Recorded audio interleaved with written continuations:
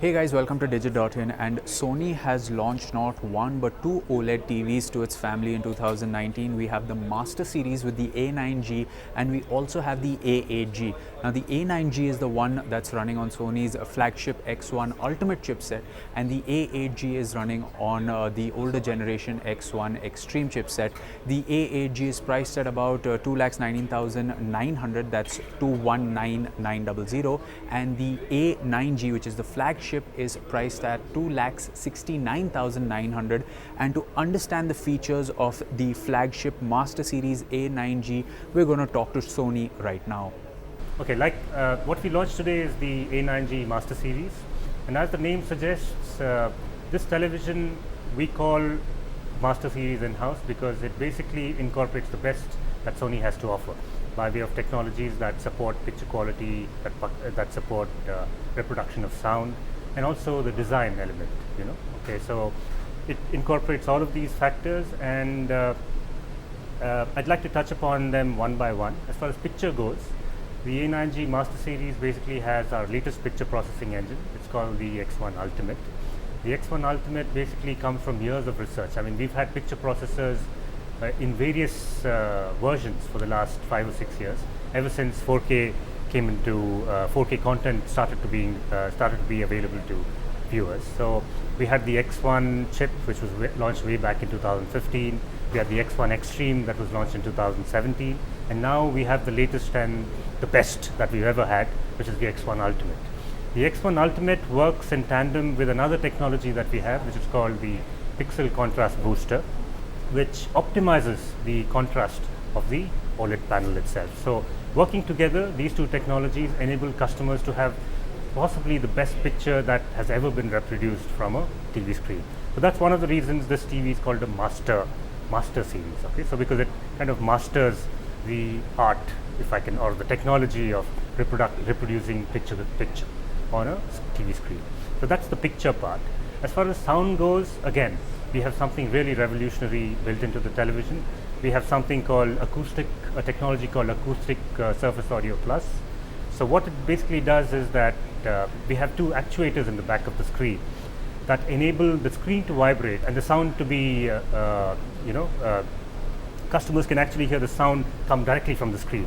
So if a customer is watching a movie on the screen and the actor is saying something, it appears to the customer that the voice of the actor is actually coming from his position in the screen itself. So this adds to the immersive experience, and it's something that's very, very, very unique to Sony.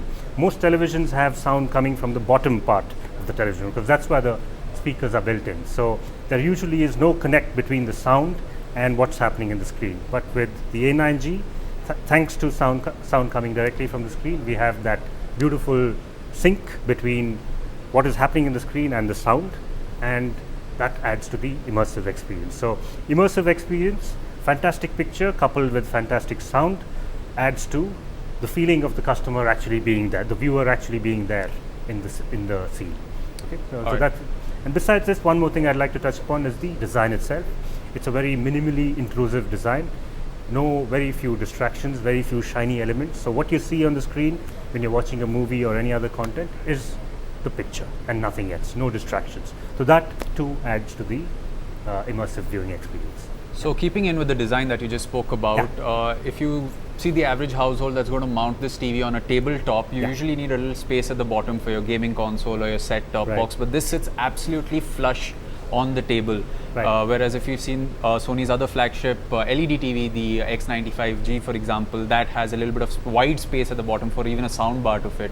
So don't you think there should have been maybe some space at the bottom, considering the average household has a bunch of boxes below the TV?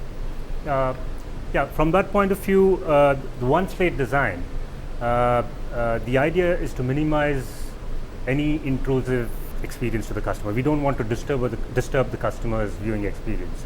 So if there is a soundbar environment in the customer's house, and if the TV is going to be mounted on the wall, so our team will visit the customer's house and help him mount the TV on the wall and also help him install the soundbar that he has with him.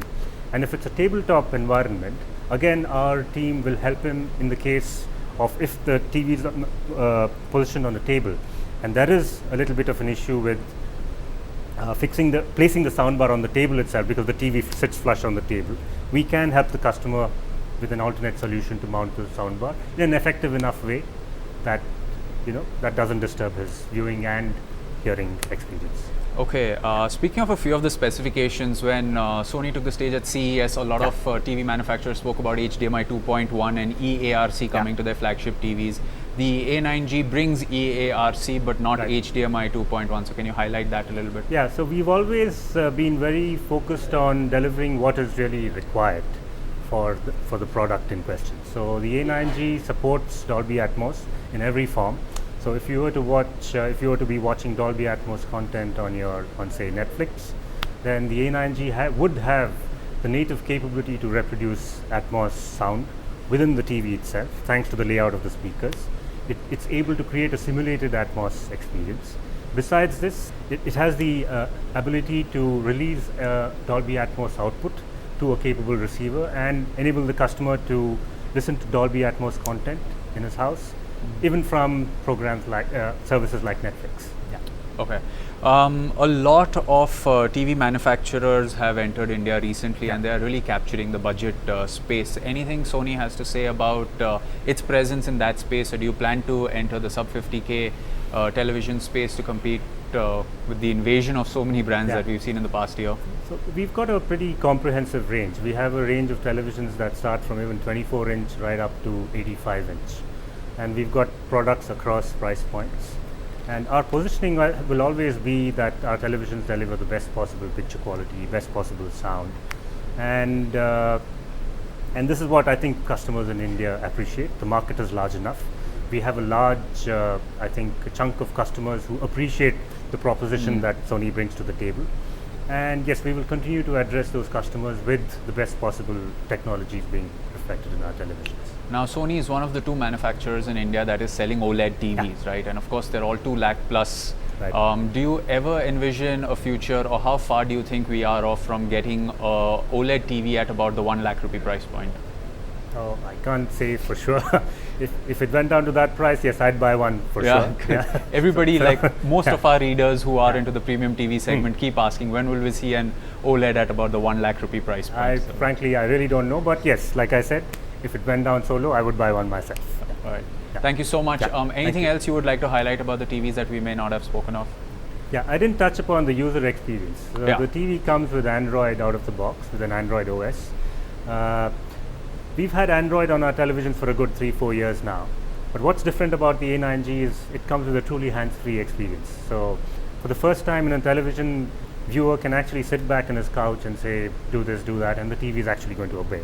And the way that works is we've got an inbuilt microphone in the television. So when you say, okay, Google, switch on the TV, then the TV is going to come on. And if you say, okay, Google, play Sacred Games on Netflix, then Netflix is going to come on and Sacred Games is going to play. So you don't need a remote to operate it, and it's truly, truly hands-free. And you can search, you can use even Google search hands-free, completely hands-free for the first time in the television industry. So that's a very, very key development in this year's user experience. So there you have it, guys. That was a look at all the features on offer on the A9G. Now, one of the features that I actually did try out is the ability to switch the TV on and off without the remote control, and it worked. So the next time the remote control is lost behind your sofa, you really don't need to go and dig it out. But we are going to get these TVs in for review, and if you have questions, you can let us know in the comment section below, and we will do our best to address them when we review this TV. Until then, we will catch you in another video, and for more from the world of technology, you can subscribe to our channel. For the latest technology updates, subscribe to Digit.in and don't forget to hit the bell icon.